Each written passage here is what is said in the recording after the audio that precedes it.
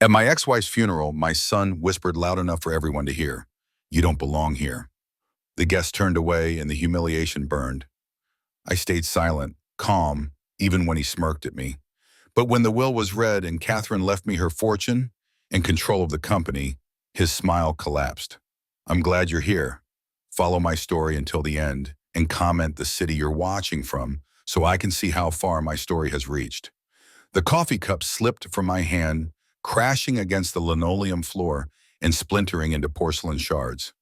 Dark liquid spread across the kitchen like a creeping shadow, seeping into the cracks I had long since given up repairing. From the apartment wall, Martha Greenfield's shrill voice pierced through like clockwork, railing about the sprinklers flooding her begonias again. 65 years old, and I was still on my knees cleaning up messes, some mine, some not. The towel in my hands soaked through as I dabbed at the puddle, but my mind wasn't on the coffee or even on Martha's endless complaints. The phone rang in the background, insistent, grating. By the fifth ring, I surrendered, tossing the dripping towel into the sink. "Rick Dalton speaking." A woman's voice, crisp and professional, floated down the line. "Mr. Dalton, this is Elaine Parker from Whitaker and Associates in Cheyenne. I'm calling regarding Catherine Monroe." For a moment, the name knocked the air from my lungs. Nobody had spoken it in my presence for 15 years. Not in full, not with that formality. Catherine Monroe, my ex-wife, the woman who had once been the center of my world. What about her? My voice sounded strained, as if it belonged to someone else. There was a pause, the kind reserved for heavy news. "I'm very sorry to inform you, Mr. Dalton, that Mrs. Monroe passed away on Tuesday evening. The funeral service is scheduled for Friday at Riverside Memorial Chapel." I sank into the kitchen chair, its creak suddenly unbearably loud in the silence that followed. Tuesday evening, 3 days ago. While I'd been patching sprinkler lines and sweeping up coffee grounds, Catherine had slipped beyond this world. "Mr. Dalton, are you still there?" "Yes." The word rasped from my throat, brittle and unfamiliar. "I'm here." "Your name was listed in her personal effects as an emergency contact," Elaine continued. "I also need to inform you that there will be a reading of the will following the service. You are named as a beneficiary, so your presence is required." Beneficiary, the word rang hollow. Catherine had built an empire after leaving me, a towering consulting firm that appeared regularly in business journals and economic reports. What could she possibly want with me now?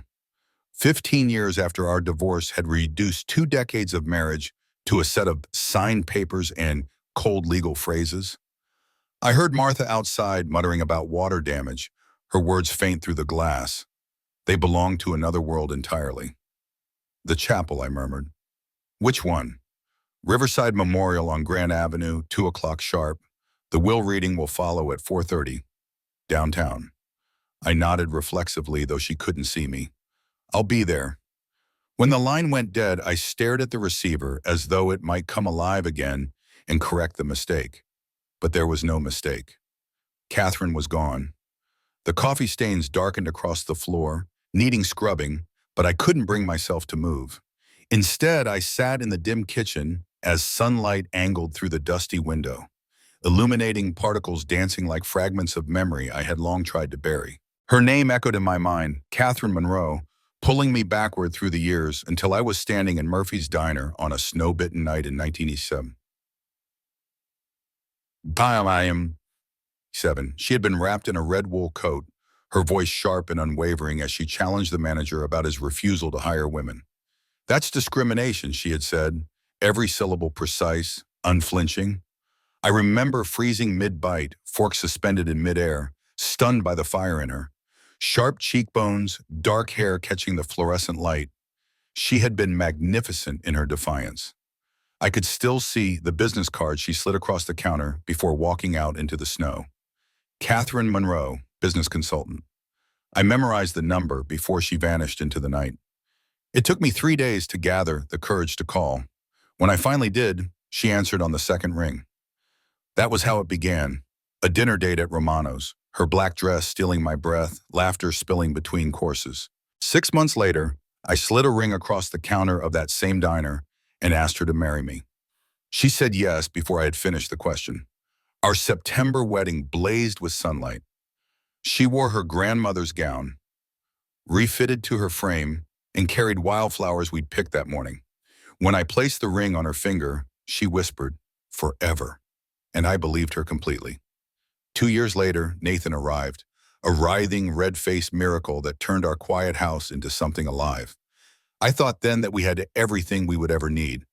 But even in those first days of new life, I noticed how Catherine's eyes drifted toward the business magazine left on the nightstand, her mind already racing ahead to futures larger than the life we shared. The phone call had brought it all back, her ambition, our love, our unraveling. Now she was gone.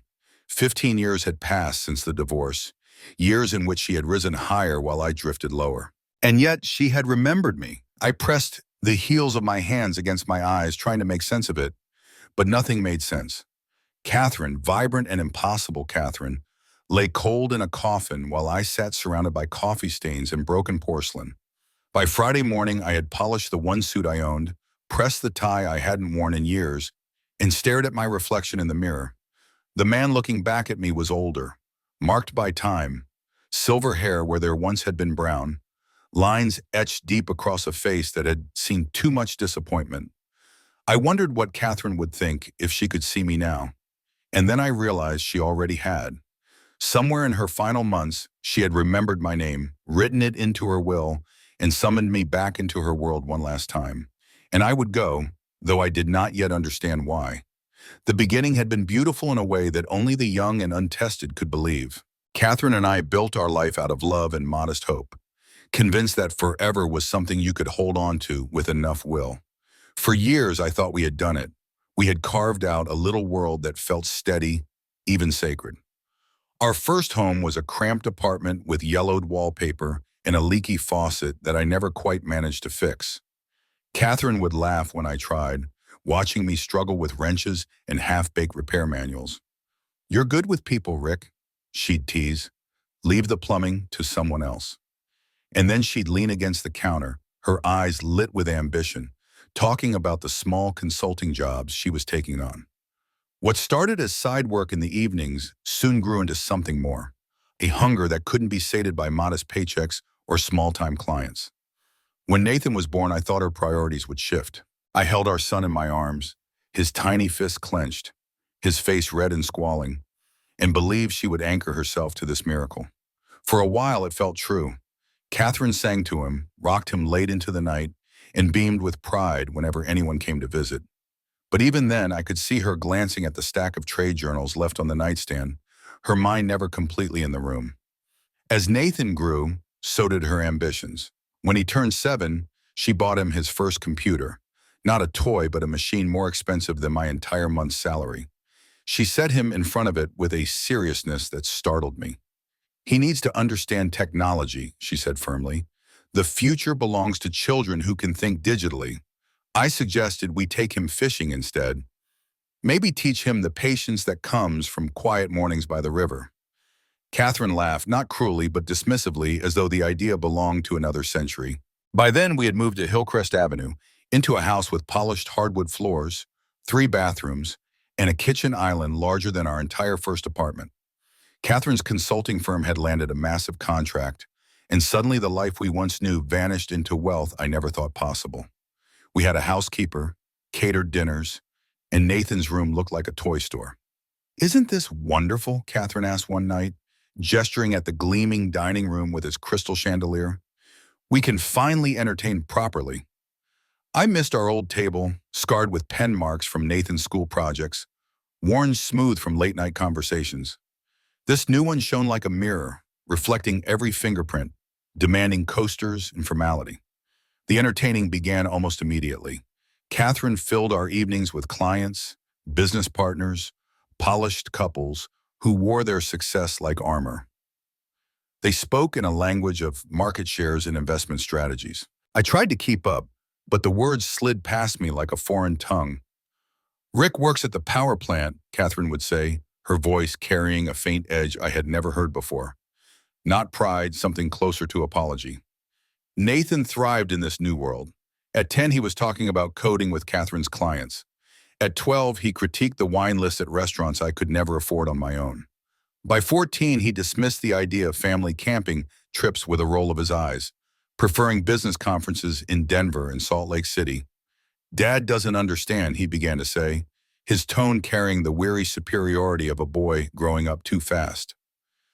The divide widened. I kept trying to bridge it, but my values seemed almost laughable in comparison to the glittering life Catherine was constructing for both of them.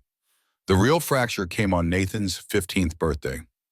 I wanted something simple, a barbecue in our backyard, friends from school, cake baked at home. Catherine planned an event that looked more like a corporate gala, catered food, live entertainment, a guest list filled with her clients and their children, as though our son's coming of age was a networking opportunity. This is embarrassing, I told her quietly as the hired servers arranged extravagant centerpieces the night before. He's 15, Kathy, not 50. She didn't flinch. Adjusting a flower vase, she replied with cool precision, he's growing up in a different world than we did. These connections matter, Rick. These relationships will shape his future. What about just letting him be a kid? I pressed. For a moment, her eyes softened, and I thought I'd reached her, but then they turned cold, sharp. Being just a kid is a luxury we can't afford to give him. The world doesn't work that way anymore. Either we prepare him to win, or we prepare him to lose. So I remembered my own 15th birthday, a fishing trip with my father, a simple cake, gifts wrapped in newspaper comics. It had been enough, more than enough. The party was dazzling, at least by Catherine's measure. Nathan received designer clothes, a high-end mountain bike, even a new laptop. He charmed the adults with his polish, just as Catherine had groomed him to. But I caught him once, standing alone by the pool.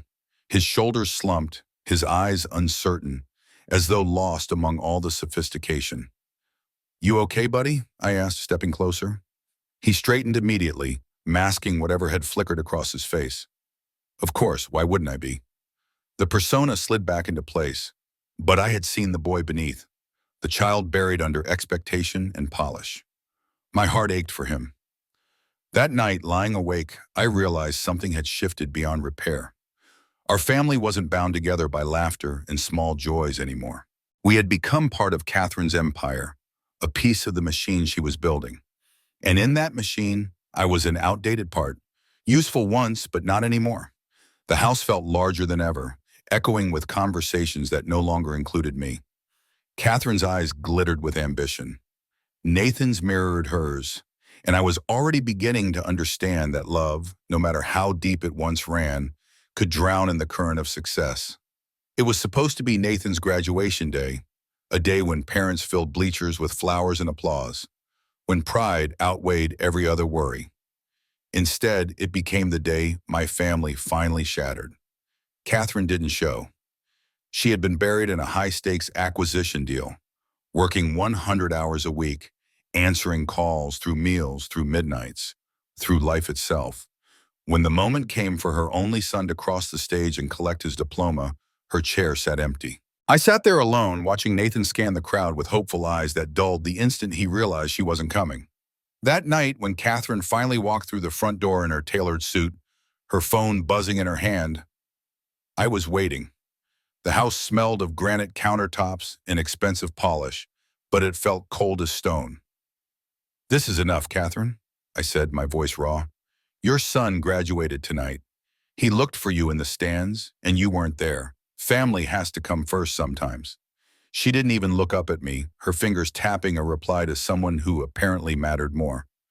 "Don't you dare lecture me about priorities. Everything we have, everything Nathan has accomplished, exists because of my work." "What about everything we've lost?" My words came out sharper than I intended. Finally, she looked at me, her eyes narrowing. "Like what?" "Like us. Saj, like being a family instead of a corporation." For a long moment, silence filled the kitchen. Then she slipped the phone into her bag, her voice low but final. "We're not a family anymore, Rick. We're a business arrangement that has outlived its usefulness. Maybe it's time we stop pretending." The divorce papers came 6 months later, delivered with a kind of brutal efficiency that only Catherine could orchestrate. Her lawyers dismantled 22 years of marriage with clinical precision. I walked away with the old starter house on Maple Street, the one she had long since relegated to rental property, and just enough money to live modestly. She took everything else, including Nathan's unquestioned loyalty. "You're holding him back too," Nathan told me, his voice heavy with contempt during one of our last conversations. He was only 22, but he spoke like a man twice his age, every word echoing his mother's philosophy. "All this guilt about family values and simple living, it's toxic, Dad. I can't be around that negativity anymore." I stood there in the empty living room of the house I had once thought would be our home, the boxes stacked like gravestones around me, and realized I had lost them both. Not to tragedy, but to ambition. The years that followed were hollow. Catherine rose higher, building her empire into a name that appeared on magazine covers and industry reports. Nathan followed her, moving to Denver, stepping into the company she had created, becoming exactly what she wanted him to be. I stayed behind in Rock Springs, working quietly at the power plant until retirement, fixing what little I could in a life that no longer felt like mine. But silence has a way of reshaping a man. 15 years passed without a word from Catherine, without so much as a phone call from Nathan, except on rare occasions when duty demanded it. Every photograph in the papers showed Catherine radiant at conferences, shaking hands with governors and CEOs. Nathan always nearby, her mirror image in ambition and polish. And I sat in my small apartment, listening to Martha Greenfield's endless complaints about sprinklers, mopping up spilled coffee, wondering how 2 decades of marriage could be erased so easily from someone's story. Still, when the phone rang that gray Tuesday afternoon, and I heard the words, "Catherine Monroe has passed away," something broke inside me. Not anger, not bitterness. Something closer to grief, but sharper, laced with memories I had tried so hard to bury. Now I was expected to stand in a chapel filled with people who had whispered their judgments about me for years, people who believed I was the man who had held Catherine back. I knew what they thought, that she had escaped me, risen in spite of me, conquered the world because she had cut me loose. Maybe they were right. Maybe I hadn't been enough for her world, but I had been enough for those years when love still meant more than contracts. When Nathan was still a boy who climbed into my lap to ask if I thought stars ever got tired of shining. I pressed my hands against the worn arms of my chair and told myself I would go. I would face Nathan, face those whispers, face Catherine's ghost. I would listen to her will, even if all she left me was another reminder of my irrelevance. But part of me, a stubborn ember that refused to die, whispered something else. What if she had remembered? What if, in those final months, she had thought of me not as the man she left behind, but as the man who once held her hand in a diner and made her laugh until tears ran down her cheeks? I didn't know. I only knew I couldn't turn away. And if you've ever carried the weight of unfinished love, if you've ever wondered whether time could rewrite the ending you thought was carved in stone, stay with me. This story is far from over. Don't forget to follow, share, and subscribe, because what comes next will change everything. Friday arrived with a gray sky pressing low over Rock Springs, the kind of Wyoming day where the air feels heavy and unforgiving. I dressed slowly, sliding into the suit I hadn't worn in years, the fabric stiff against my skin. The tie trembled in my hands as I knotted it, not because it was difficult, but because I could not quiet the thought that Catherine would have noticed every detail, every imperfection. She always did. The drive to Riverside Memorial Chapel took me past the economic divide that told the story of our town. I left behind the modest brick apartments with peeling paint, passed through the tidy middle-class subdivisions, and finally reached the sprawling estates with manicured lawns and gates of wrought iron. Catherine had lived in this last world, and she had thrived there. I never belonged to it, and the closer I came, the more I felt like an intruder trespassing into someone else's domain. The chapel loomed above Grand Avenue, a Gothic structure of stone and stained glass perched on a hill. Cars lined the circular drive, sleek Mercedes sedans, BMW SUVs, and a scattering of Teslas that likely cost more than I earned in my best year. I pulled my aging Honda into a narrow space between a Lexus and a Cadillac, the contrast almost laughable. Inside, the air smelled of lilies and polished wood. Mahogany pews gleamed beneath the dim light, and the windows glowed with colored depictions of saints and angels. Everything about the place whispered money and permanence. At least 200 mourners filled the space, their hushed conversations weaving a low hum that sounded more like business chatter than grief. I slipped into a pew at the back, keeping my head low. But my presence was not invisible. Whispers stirred like ripples across a pond. A woman in an expensive black suit leaned toward her companion, gesturing discreetly in my direction. Faces turned, then quickly turned away. I caught fragments. Her ex-husband. Can you believe he came after what he put her through? Over the years, I had heard the stories about myself, tales that grew in the retelling. Somewhere along the way, I had been recast as the villain who stifled Catherine's brilliance, the dead weight she had carried until she cut me loose. The truth was more complicated, but truth rarely satisfies a crowd. Then a voice cut through the chapel like a blade. Dad, I looked up. Nathan was striding down the aisle toward me, his expression carved in disbelief and anger. At 37, he carried Catherine's features like an inheritance. Sharp jawline, commanding eyes, the confident stride of someone who had never doubted his place in the world. He wore a suit so tailored it probably cost more than my rent for an entire year. Success radiated from him, polished and deliberate. What are you doing here? His voice carried easily, silencing the murmur of the room. I rose slowly, steadying myself before meeting his gaze. I came to pay my respects.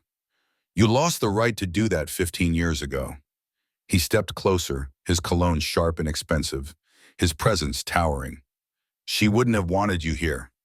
Maybe not, I admitted softly, but I needed to be here. For what? To ease your conscience?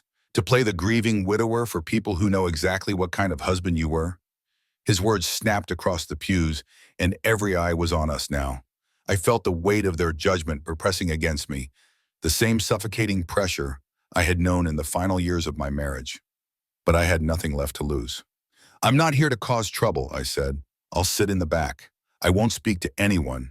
When the service ends, I'll leave. You'll leave now. His voice rose sharp enough to draw murmurs of approval from the mourners. You embarrassed her enough when she was alive. Don't compound it by pretending to grieve her death. I stayed rooted to the spot, meeting his stare. Silence thickened, broken only by a cough somewhere in the pews and the faint buzz of a phone against wood. Nathan turned then, addressing the crowd with the practiced cadence of a man used to commanding attention. I apologize for this disruption, he said, his voice smooth but edged with fire. My father seems to have forgotten that divorce means you're no longer family. A few heads nodded. I saw lips purse in agreement. For those who don't know, Nathan continued, his arm gesturing toward me with dismissive precision, this is Richard Dalton, the man who spent 22 years holding back one of the most brilliant women this town ever produced. While my mother built an empire that employed hundreds, he was content to punch a clock and complain about her ambition. Nathan, that's enough, I said, my voice firm. Is it? He turned to me again, his voice louder now. Or do these people deserve to know why you're really here? He took half her assets in the divorce despite contributing nothing. He spent 15 years acting like the victim while she built something magnificent. She supported him while he refused to grow, refused to take risks, refused to be the partner she deserved.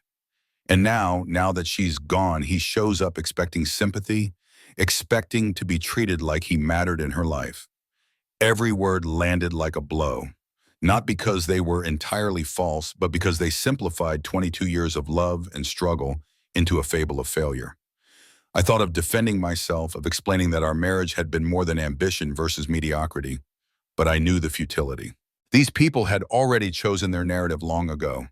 Nathan's voice grew reverent as he delivered the final strike. My mother died building something that will outlast all of us. She deserved a partner who would help her reach those heights, not one who dragged her down. The chapel fell into a silence so complete I could hear my own heartbeat. Are you finished? I asked quietly. His eyes flickered with surprise just for a moment. He had expected me to crumble, but I remained standing. I loved your mother for 40 years, I said, my voice carrying across the hush. 22 as her husband, 18 more as someone who wished her well despite everything. I'm not here to claim anything. I'm here because once upon a time, we made promises that mattered, and I choose to honor them. I lowered myself back into the pew. Around me, silence lingered, broken only when the funeral director cleared his throat at the front. The service will begin in 5 minutes. Nathan cast me one final look of contempt before striding toward the front pew reserved for family. Whispers rose again, but I kept my eyes forward. I would not leave. Not this time. My son sat at the long mahogany table with a smug smile on his face, certain that I would leave the lawyer's office with nothing. He had no idea that a single sentence was about to rip that smile away and alter both our lives forever. Alan Whitaker's office carried the weight of tradition.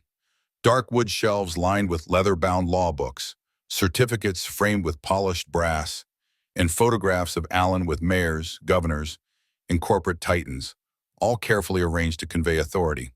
Sunlight streamed through tall windows, cutting across dust motes that drifted like restless ghosts. Alan himself sat behind the desk, his suit crisp, his silver-rimmed glasses perched low as he organized a thick folder. Every movement was measured, deliberate, the kind of precision that comes from delivering life-changing news too many times to count. "Before we begin," Alan said, his voice calm but resonant, "I want to express my condolences again.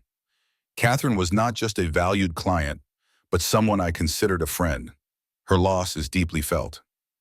Nathan nodded with rehearsed solemnity, his hands folded neatly on the desk.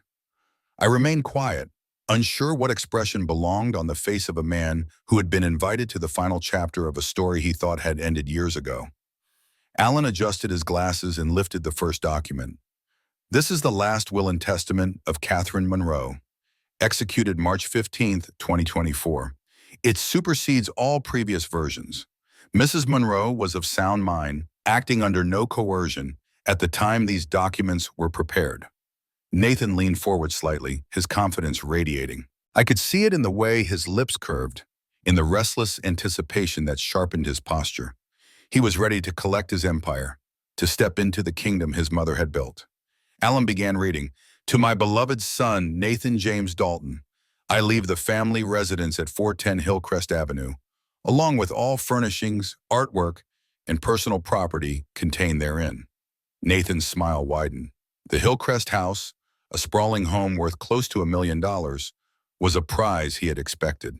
"In addition," Alan continued, "I bequeath to Nathan Dalton the sum of $500,000 to be transferred from my primary investment account within 60 days of probate." The words echoed in the quiet room. $500,000 plus the house. My son's confidence gleamed brighter, but only for a heartbeat.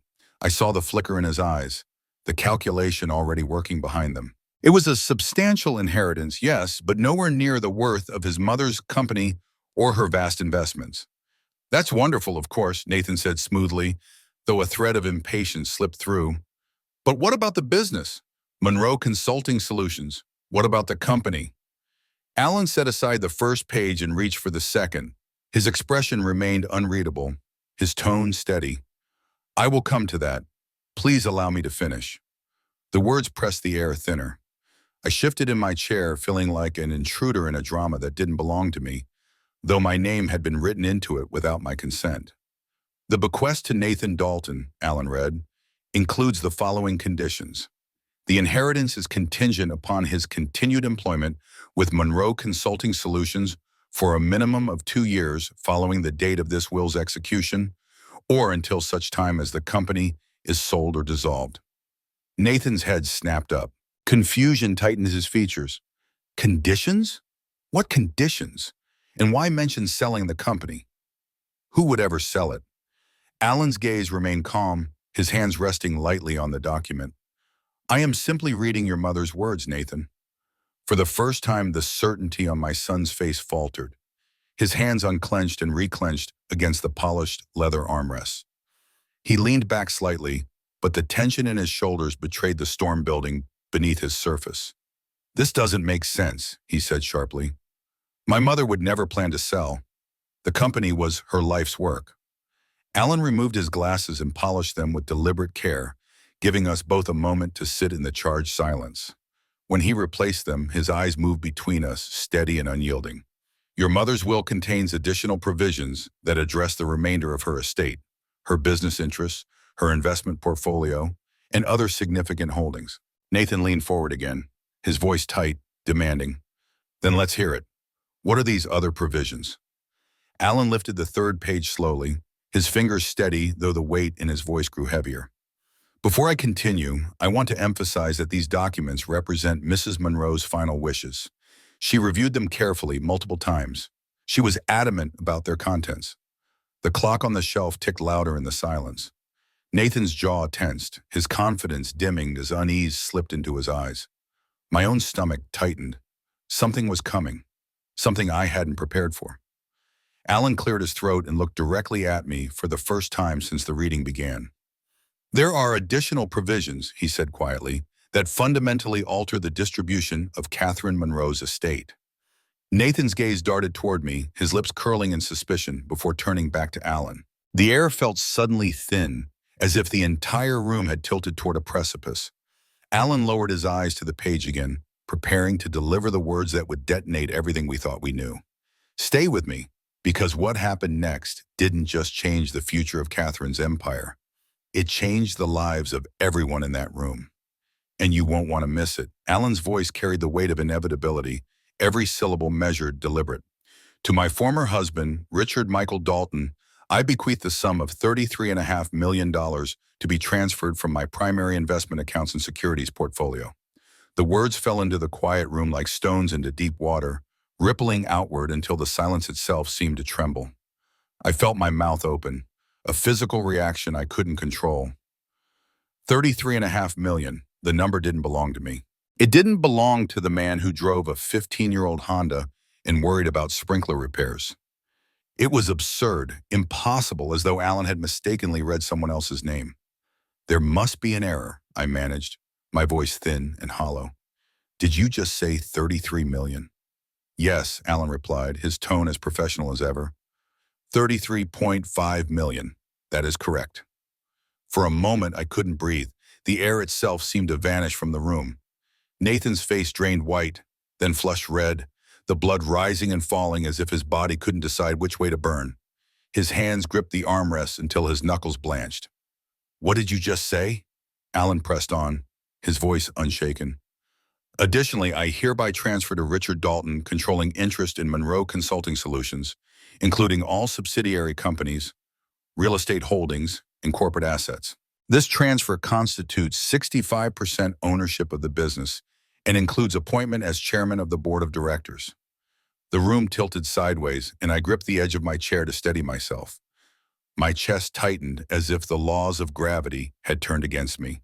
Catherine's company, the empire that had devoured her time, her attention, our marriage itself, was suddenly mine.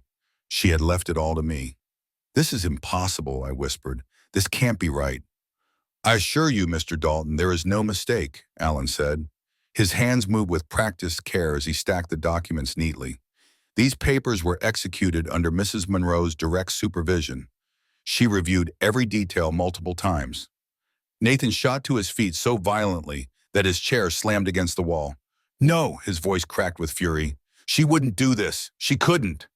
He turned on me, his eyes blazing with disbelief and something darker. What did you do? How did you manipulate her?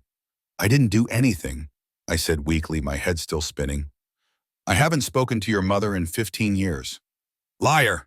The word erupted from him like a gunshot. People don't just hand over everything they've built to someone who abandoned them. You must have gotten to her somehow, when she was sick, when she was weak. Alan cut through the storm with his steady, commanding tone.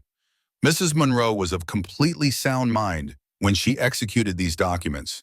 She underwent a thorough mental competency evaluation precisely to prevent challenges like the one you're suggesting. I remained frozen, my body heavy, my mind stumbling by the sheer impossibility of it all. Catherine's fortune, Catherine's company, Catherine's legacy. After years of silence, after bitterness and distance, she had turned her entire life's work over to me. Why? The words slipped from me before I realized I had spoken. It wasn't defiance, but desperation. Why would she do this? Alan's expression softened, almost imperceptibly. Mrs. Monroe left specific instructions regarding that question, he said. She asked that a personal message be shared after these provisions were read. Nathan's face twisted, rage carving every line. A personal message? She left him a message, but cut me out of everything that mattered? His voice shook with a dangerous mix of grief and fury. 500,000 and a house, while he walks away with her company, her fortune, her name? You call that fair? You received a substantial inheritance, Nathan, Alan replied, his voice calm but firm. More wealth than most people will see in a lifetime. Compared to this? Nathan stabbed a finger toward me, his hand trembling. You're talking about hundreds of millions in assets. The company alone is worth more than everything else combined. Alan didn't flinch. Your mother made her decision with clarity and full authority. It is not for us to question, only to execute. Nathan's laugh was bitter, hollow. No, this is fraud. Criminal fraud. She was manipulated, coerced, compromised. I won't accept it. He leaned over the desk, his palms slamming against the polished surface hard enough to rattle the ink pens and scatter papers. You hear me. I won't accept this. I shrank back, overwhelmed by the violence in his voice, the fury in his eyes. She didn't abandon anyone, I said quietly, finding a sliver of strength. Our marriage ended, but that doesn't mean... It means exactly that, Nathan roared. You walked away. You took your settlement and disappeared into your pathetic little life while she built an empire. And now you expect me to believe she decided to hand it all back to you? His words sliced into me, each one sharpened by years of resentment. I had felt inadequate before, diminished in the shadow of Catherine's success. Now those wounds reopened, bleeding fresh. Alan raised a hand, his tone edged with authority. That's enough, Nathan. These are your mother's clearly stated wishes, executed with every safeguard the law allows. No amount of shouting will alter them. But Nathan's voice broke again, less fury now than pain. Then why? Why would she do this to me? I was everything she wanted me to be. I worked for her company. I lived the life she planned for me. I became the son she could be proud of.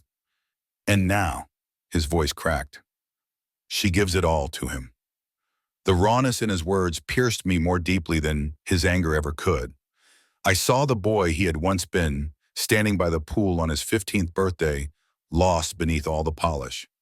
Now he was a man still searching for her approval, only to find it redirected toward me. Alan set down the papers and folded his hands. Your mother explained her reasoning. She left a message meant for both of you. I suggest we let her speak for herself. The office grew still, thick with tension. Alan reached for a sealed envelope marked in Catherine's unmistakable handwriting. Personal message. I could hardly breathe. The envelope lay on Alan's desk like a live charge, Catherine's handwriting etched across the front in bold strokes. My son's fury filled the room like fire, but even his anger seemed to pause at the sight of her script. It was as though her presence had returned, commanding silence, demanding to be heard one last time. Alan broke the seal with careful hands, sliding out several pages of cream-colored stationery. He cleared his throat, his voice steady, but touched with something almost reverent. My dearest Rick, he began, and the sound of her words written in her own hand nearly buckled me. If you're hearing this, it means I'm gone, and you're probably sitting in Alan's office with that look you always had when I rearranged the living room without warning, confused but trying to be polite about it. I know you don't believe this inheritance makes any sense. You're probably thinking it's a mistake, that you don't deserve it. But you do, Rick. You deserve every penny, and I need you to understand why. The words cut into me, sharp and healing all at once. My chest tightened, and for the first time since I heard she had died, tears pressed against my eyes. Alan read on. I never stopped loving you. Not during our worst fights, not during the divorce, not even during these 15 years of silence. I was angry with you for not understanding my ambitions. But the truth is, I was angrier with myself for choosing those ambitions over us. You begged me to find balance, to remember what mattered, but I was too proud and too afraid to listen. I bowed my head, grief and absolution colliding inside me. the ache of years of regret twisted into something unbearable. Yet her words carried a balm I didn't know I still craved. Alan's voice softened as he continued. Nathan, my beautiful, brilliant boy, I know you're furious right now. I know you think your father manipulated me. But the truth is you're not ready for this inheritance. Not yet. You've lived your whole life in the shadow of my success. You've never had to build something from nothing. You've accepted the benefits without ever carrying the weight. And more painfully, you've spent 15 years hating a good man for crimes he never committed. Nathan stiffened, his hands trembling on the armrests, his jaw locked, but his eyes betrayed him. They glistened, raw, exposed. You've received enough to live comfortably, the letter continued. Enough to explore who you are without the weight of unlimited wealth crushing you. Learn to build, Nathan. Learn to value people over profit. And one day learn to forgive your father for being human, for being imperfect, but never for being unworthy of your love. A sound escaped Nathan's throat, low and wounded, like an animal caught between rage and despair. Alan's tone strengthened as he read the next lines. Rick, I'm leaving you more than money.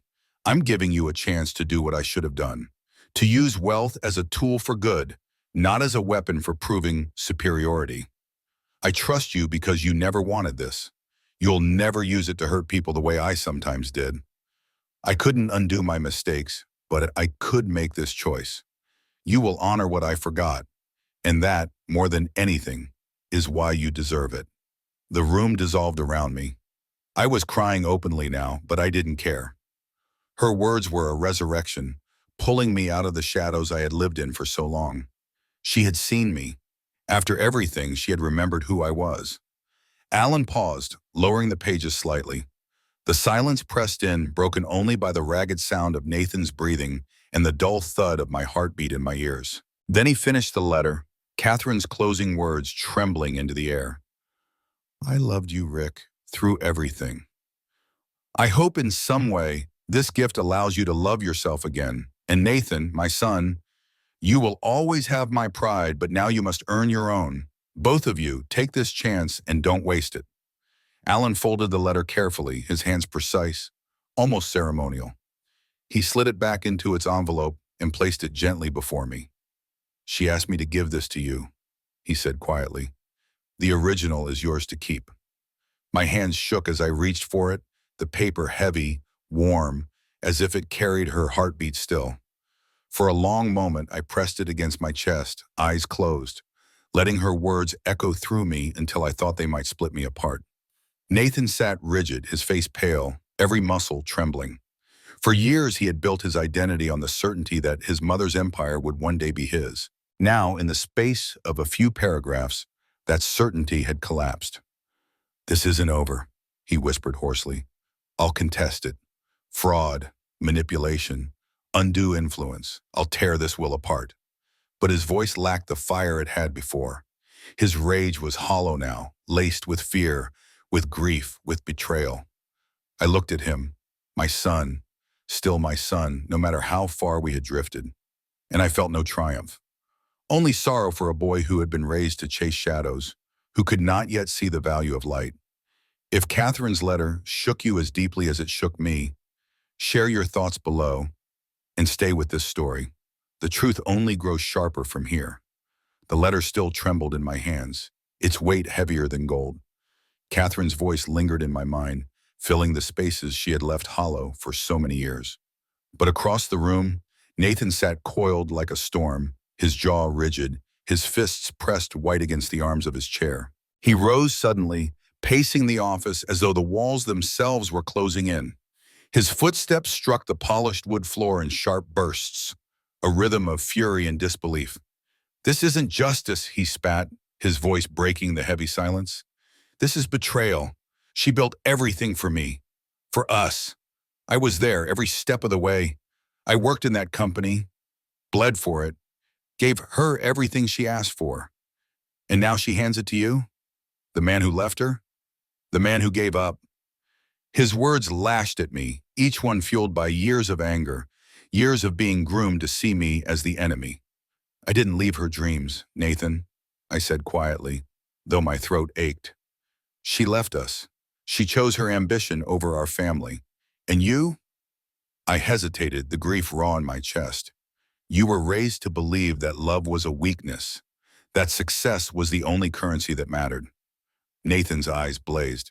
Don't you dare lecture me. You think standing here with her letter makes you some kind of saint? She pitied you, Dad. That's all this is.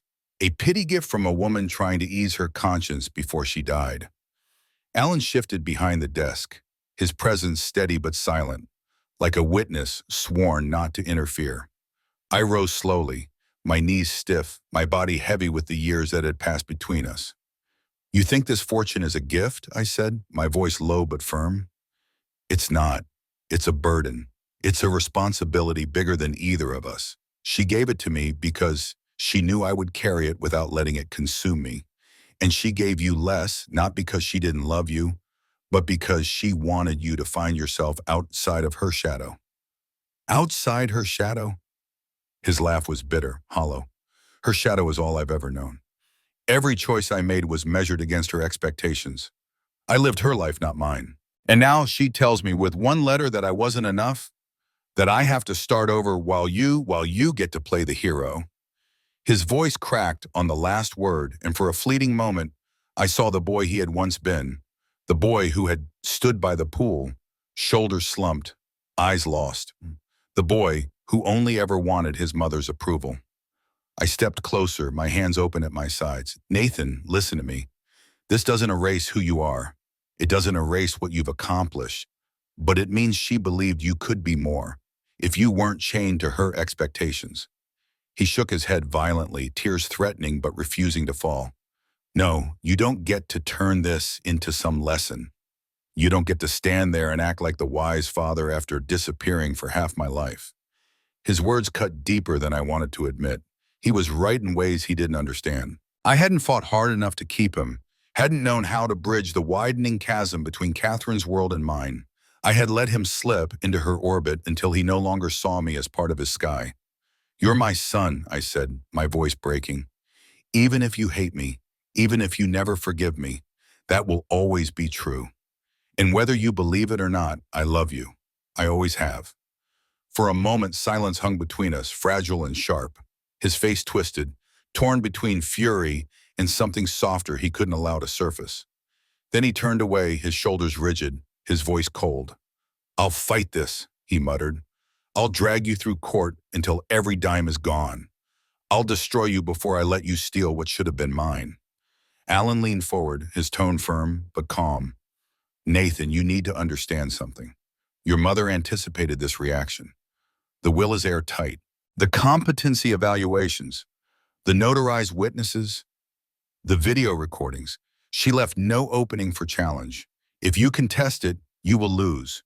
And in losing, you'll waste not only time and money, but the last chance she gave you to build your own legacy.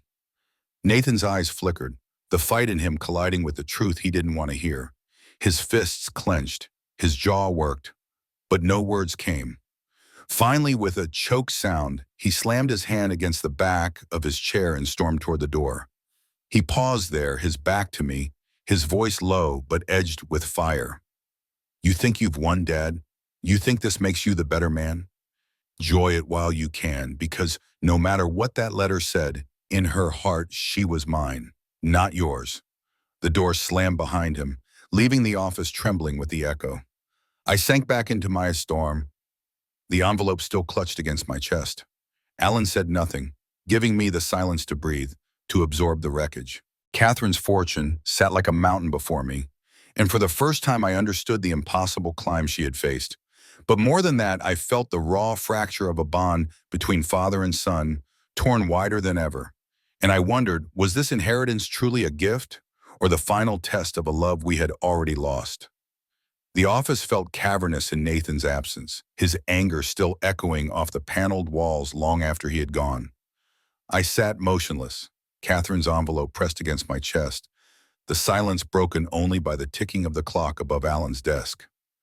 $33.5 million, 65% of her company, a lifetime of battles, victories, and sacrifices, now laid at my feet. The numbers swirled like storm clouds, unreal and suffocating. But it was not the money that crushed me. It was her words, her voice bleeding through the paper, confessing love I thought had been extinguished years ago. Alan shifted quietly, giving me time, then leaned forward with the kind of gravity reserved for moments that shape a man's life. Rick, Catherine trusted you with more than an inheritance. She trusted you with her name, her people, her work. You can sell the company tomorrow if you want, and no one could stop you. Or you can step into her world and carry what she built. I let out a breath I didn't know I had been holding. She trusted me to fix what I broke. Alan's expression softened.